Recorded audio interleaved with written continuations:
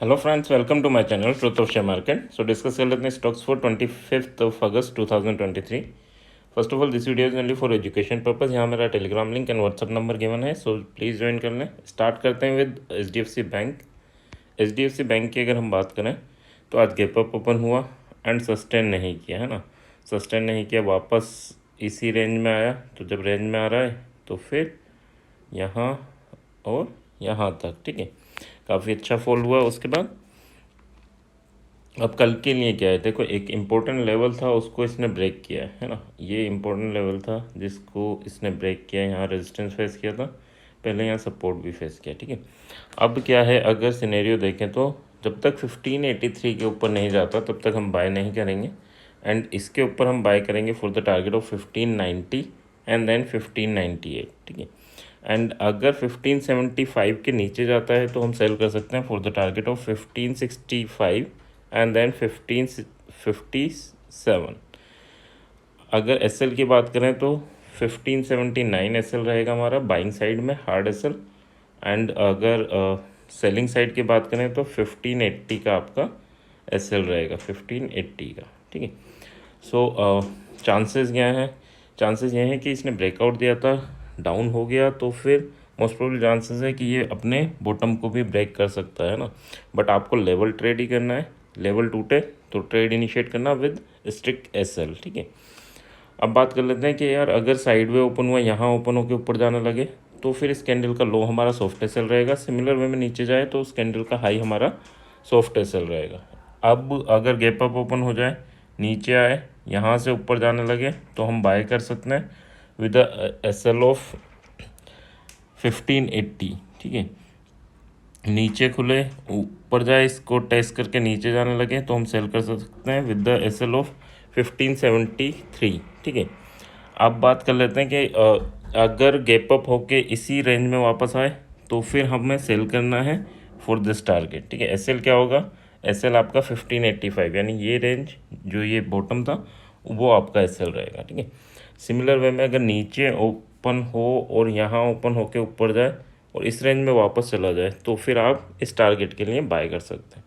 सो किस gap up gap down side way में क्या करना है, हार्ड एसएल क्या होंगे, सॉफ्ट एसएल क्या होंगे, ये सब हमने डिस्कस कर लिया। सिमिलर वे में हर एक स्टॉक में यही सिनेरियो आपको फॉलो करना है। अब बात कर लेते हैं बाकी स्टॉक्स के लेवल की। तो एक्सिस बैंक की बात करें, एक्सिस बैंक काफ़ी अच्छे लेवल पे ना। यहाँ से अगर सेलिंग प्रेशर भी जनरेट हुआ तो भी अच्छा होगा, और बाइंग भी जनरेट हुई तो भी अच्छी होगी, है ना, क्योंकि ये अपने लाइफ टाइम हाई के अराउंड है, ठीक है। आज भी देखो 990 तक गया है, उसके बाद बेरिश कैंडल, एंड उसके बाद इस कैंडल का हाई कभी नहीं टूटा। काफ़ी अच्छा फॉल भी आपने देखा होगा। कल के लिए क्या है, 984 के ऊपर जाता है तो हम बाय करेंगे for the target of 991 and then 999। अगर 976.5 के नीचे जाता है तो हम सेल करेंगे for the target of 968 and then 959, ठीक है। अब अगर यहाँ एसएल की बात करें तो एसएल क्या रहेगा, देखो बाइंग में आपका जो एसएल रहेगा दैट इज़ 984 पॉइंट का एसएल रहेगा, और अगर सेलिंग की बात करूँ तो सेलिंग में जो एसएल रहेगा दैट इज़ 980.5, ठीक है। ये आपका सेलिंग के लिए एसएल रहेगा, that is your hard SL. Soft SL अगर मिलता है और सॉफ्ट एसएल हार्ड एसएल से कम है तो नो डाउट आपको सॉफ्ट एसएल यूज़ करना है। स्टार्ट करते हैं विद रिलायंस। रिलायंस ने आज अच्छा फॉल दिया है और अपने इम्पोर्टेंट लेवल को तोड़ दिया है, ठीक है। तो अब जब तक ये वापस 2500 से ऊपर नहीं जाता तब तक ये बियरिश रहेगा, ठीक है। 2500 से ऊपर जाएगा तो नो डाउट फिर इसमें सिनेरियो चेंज हो सकते हैं, बट इसने इम्पोर्टेंट लेवल तोड़े हैं। जब तक ये ऊपर नहीं जाए तब तक थोड़ा कोशियस रहिएगा, है ना। अभी क्या है सिनेरियो, 2484 के ऊपर जाता है तो हम बाय करेंगे for the target of 2499 and 2509, ठीक है। इसके ऊपर चला जाएगा तो फिर हम बुलिश ट्रेड इनिशिएट कर सकते हैं ना। यहाँ पर छोटे छोटे टारगेट के लिए ही प्ले करना है हमें। 2471 के नीचे जाता है तो 2459 एंड 2446, ठीक है। ये आपके डाउनवर्ड डायरेक्शन में टारगेट रहेंगे। एसएल के लेके चलोगे तो 2476 आपका सेलिंग के लिए एसएल रहेगा, एंड बाइंग की बात करूं तो 80 आपका बाइंग के लिए एसएल रहेगा, ठीक है। So that's your hard SL. Next बात कर लेते हैं इन्फोसिस। जैसे रिलायंस ने अपने बियरिश पैटर्न को फॉलो किया या बियरिश लेवल का ब्रेकडाउन दिया है, उसी तरह से इन्फोसिस की बात करें तो ये एग्जैक्टली खड़ा है अपने बुलिश लेवल के ब्रेकआउट पे, ठीक है।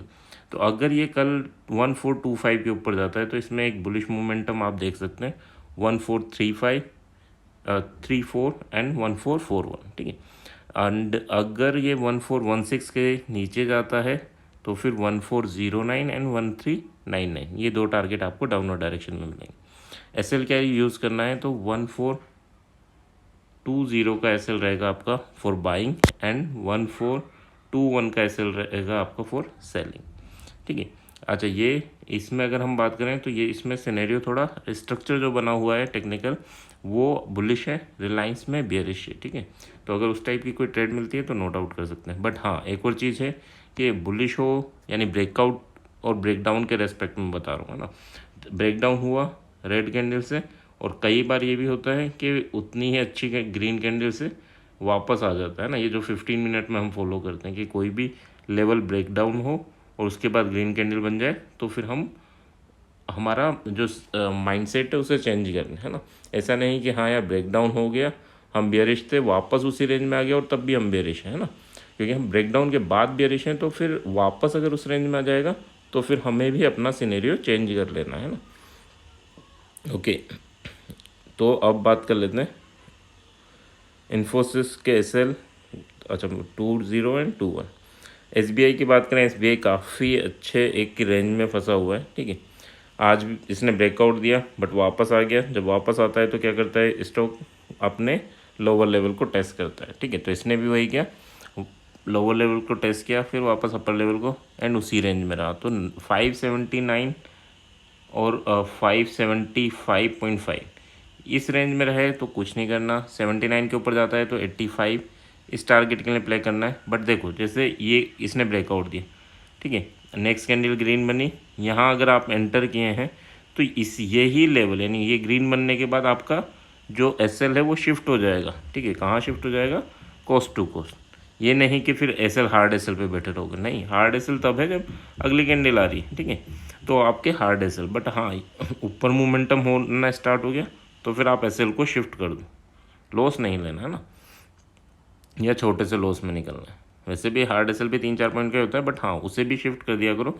जो भी आपके लेवल को ब्रेकआउट करके गया उसके जस्ट नीचे जाके बैठ जाओ, है ना। ओके, सो अभी हम बात करें तो यहाँ 85 एंड 91, और अगर नीचे गिरना स्टार्ट होता है तो 75 के नीचे 71 एंड 68, ठीक है, 67 तक के लेवल आप देख सकते हैं। इसमें एसएल क्या यूज़ करना है तो 578 का एसएल आपका सेलिंग के लिए रहेगा और 576 का एसएल आपका बाइंग के लिए रहेगा, ठीक है। So that's your hard SL. बात कर लेते हैं टाटा मोटर्स की। अच्छा, एसबीआई भी हो सकता है कल बियरिशनेस शो करे, है ना, क्योंकि अडानी में भी प्रॉफिट बुकिंग चल रही है एंड मार्केट भी करेक्ट कर रहा है, ठीक है। तो अगर मार्केट जब तक 300 के ऊपर है कोई दिक्कत नहीं है, बट अगर 300 के नीचे क्लोजिंग दे देता है 19,300 के नीचे निफ्टी, तो फिर सारे स्टॉक में बियरिशनेस आप देखेंगे, ठीक है। Closing in the sense day candle में ना, नीचे तो 2-3 बार गया है, बट हाँ अगर नीचे ही जाना है तो 950 के सॉरी 250 के नीचे जाएगा तब बियरिशनेस, और अगर क्लोजिंग 300 के नीचे भी दे देगा तो भी बियरिशनेस आप देखेंगे, है ना। ओके, टाटा मोटर्स की बात कर लें। टाटा मोटर्स देखो काफ़ी छोटी रेंज में इसने लास्ट 3 आवर्स यानी ट्रेड किया है। अब अगर हम बात करें, देखो 612 और 610, ठीक है, ये दो लेवल हैं। 12 टूटे तो बाय करेंगे, 10 टूटे तो सेल करेंगे। 12 के बाद 15.5 एंड 20 तक के लेवल, ठीक है। और अगर 10 टूटेगा तो 6 एंड देन 3, ठीक है। तो ये आपके टारगेट रहेंगे। अगर हम यहाँ बाय करते हैं 612 के ऊपर तो 610 हमारा एसएल रहेगा, और इसके नीचे 610 के नीचे सेल करते हैं तो 612 हमारा एसएल रहेगा, ठीक है। नेक्स्ट बात कर लेते हैं अडानी इंटरप्राइजेज। अडानी इंटरप्राइजेज में आज थोड़ा सा प्रेशर देखने को मिला है, ठीक है। अब देखो कल जिस रेंज में था उसी रेंज में है, कल जो लेवल दे रखे थे वही लेवल है ना।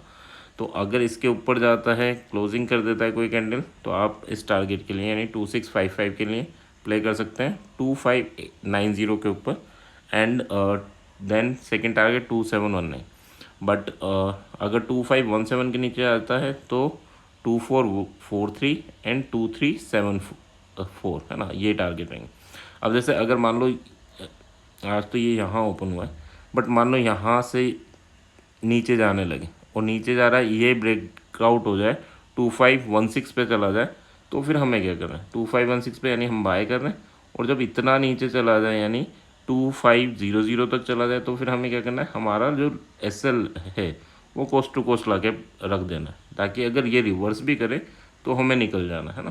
क्योंकि हम कई बार फर्स्ट कैंडल में भी एंट्री ले लेते हैं, सेकंड में भी ले लेते हैं। तो ये चीज़ों का थोड़ा ध्यान रखना कि हाँ यार 10-15 पॉइंट ऊपर चला गया तो अब एटलीस्ट हम कोस्ट टू कोस्ट पे तो निकलेंगे, या फिर बड़ा बेनिफिट लेंगे या फिर ज़ीरो लॉस लेंगे, है ना। ये चीज़ें नहीं करना कि हाँ यार इतना 20 पॉइंट मूवमेंट भी दे दिया और उसके बाद वापस आया, रिवर्सल आया और हमने 40-50 पॉइंट का SL भी दे दिया। तो ये चीज़ों को अवॉइड करना है ना, या तो बेनिफिट दे या फिर लॉस या तो छोटा सा हो या फिर नो लॉस वाली स्ट्रेटजी पे आ जाना, ठीक है। अगर मूवमेंट हमने एंट्री करते ही रिवर्स कर गया तो फिर हमारे बस में ही नहीं है, तो फिर क्या होगा, जो हमारा हार्ड SL है वो लेके जाएगा।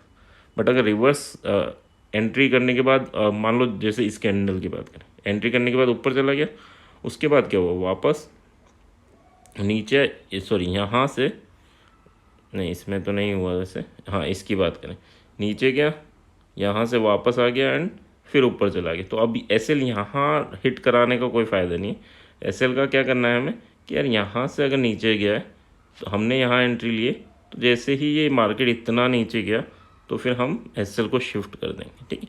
तो इस चीज़ को थोड़ा ध्यान रखना। या फिर एक और चीज़ आप कर सकते हैं कि यार जैसे एंट्री मिलती है हमें, तो हम उसके बाद जैसे नीचे जा रहे हैं तो 1-1 मिनट की कैंडल्स या 3-3 मिनट्स की कैंडल पे शिफ्ट हो जाए, और जैसे ही 3-3 मिनट्स की कैंडल रेड बन रही है मान लो, और किसी कहीं ग्रीन बन जाए, तो आप वहाँ पे एग्जिट कर सकते हो, ठीक है। तो इसमें में आप प्लान कर सकते हैं, है ना। आई होप चीज़ें क्लियर होंगी। अच्छा, इसमें SL क्या होगा, तो 2545 आपका SL रहेगा फॉर बाइंग एंड 2560 आपका SL रहेगा फॉर सेलिंग, ठीक है। 60 भी नहीं, 65, 2565 फॉर सेलिंग। आई होप यहाँ तक चीज़ें क्लियर होंगी। अगर क्लियर हैं तो please like share subscribe and comment. Thank you.